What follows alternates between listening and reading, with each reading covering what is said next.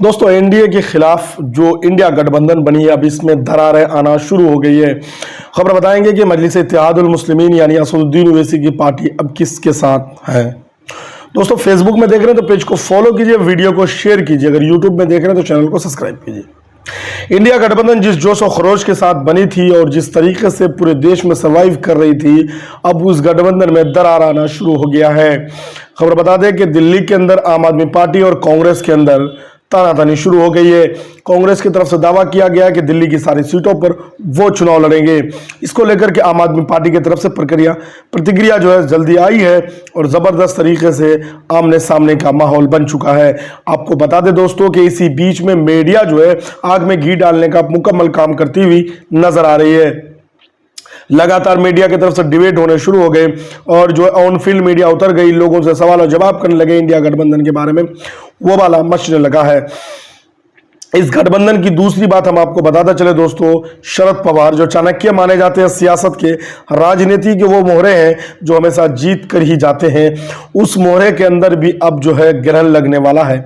खबर शरद पवार की तरफ से या सुप्रिया सोलेन की तरफ से आई है कि शरद पवार की पार्टी एनसीपी जो पहली ही टूट करके बीजेपी के साथ चली गई है, अजीत पवार ने आधी से ज्यादा पार्टी को अपने कब्जे में लेकर के बीजेपी के साथ गठबंधन बना करके महाराष्ट्र की सरकार में शामिल हो गए हैं। इसी बीच में अब खबर आ रही है कि शरद पवार जो है वो भी बीजेपी के साथ जाएंगे, क्योंकि उनकी जो है तालमेल या बॉन्डिंग की बात की जाए तो अच्छी खासी चल रही है। पिछले दिनों नरेंद्र मोदी से उनकी मुलाकातें थी, या फिर जो ऑफर किए जा रहे हैं इनके तरफ से, बीजेपी की तरफ से, अजीत पवार लगातार मनाने की कोशिश कर रहे हैं। और आपको बता दें दोस्तों कि शरद पवार भी ये सोच रहे हैं कि अजीत और उनकी बेटी इकट्ठे अगर रहे तो पार्टी की वजूद बची रहेगी, वरना अगर ये लोग बिछड़कर अलग अलग गठबंधन में गए तो पार्टी सफ़ेद हस्ती से मिट सकती है, राष्ट्रवादी कांग्रेस पार्टी। इसलिए शरद पवार भी अपना जो दाव जो है वो धीमे कर दिए हैं। बता दें 31 और 1 तारीख को महाराष्ट्र में इंडिया गठबंधन की मीटिंग होनी है, जिसमें सीट शेयरिंग से लेकर के हर मुद्दे पर बात होनी है। पहली गठबंधन की बुनियाद बिहार के पटना में रखी गई, दूसरी गठबंधन का नामकरण से लेकर के गठबंधन को एक मॉडर्न बनाने के लिए और बेंगलोर में मीटिंग की गई। अब महाराष्ट्र में मीटिंग है जहां ये तय होना है कि किस पार्टी के हक में कितनी सीटें जाएंगी, कैसे चुनाव लड़ेंगे, ये सारी चीजें होनी है। और इसी बीच में ये हालात पेश आ रहे हैं, तो क्या इंडिया गठबंधन टिक पाएगी? एनडीए गठबंधन के सामने में लगातार जो उठा पटक होना शुरू हो गया है पूरे देश के अलग अलग राजनीतिक खेमों में, दलों में।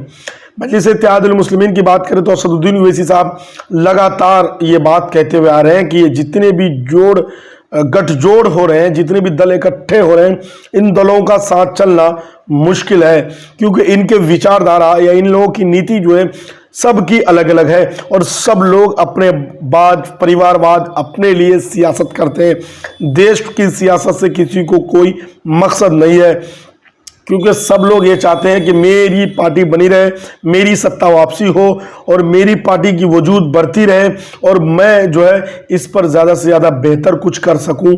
सब अपनी ख्वाब ले करके इस गठबंधन में शामिल है। मजलिस इत्तेहादुल मुस्लिमीन किसी गठबंधन में शामिल तो नहीं है, लेकिन बीआरएस के साथ इनके ताल्लुकात बेहतर है। और बीआरएस के साथ जिस तरीके से सदन में ही बीआरएस के सांसदों की नुमाइंदगी खुद असदुद्दीन ओवैसी साहब की तरफ से की गई, तो यकीनन ऐसे लगने लगा कि मजलिस इत्तेहादुल मुस्लिमीन जो है वो बीआरएस को किसी भी कीमत में साथ नहीं छोड़ने वाले और दोनों किसी तरफ जाने वाले भी नहीं है, ना कि एनडीए की तरफ और ना ही इंडिया की तरफ। तो दोनों पार्टी तैयारी कर रही है लोकसभा चुनाव।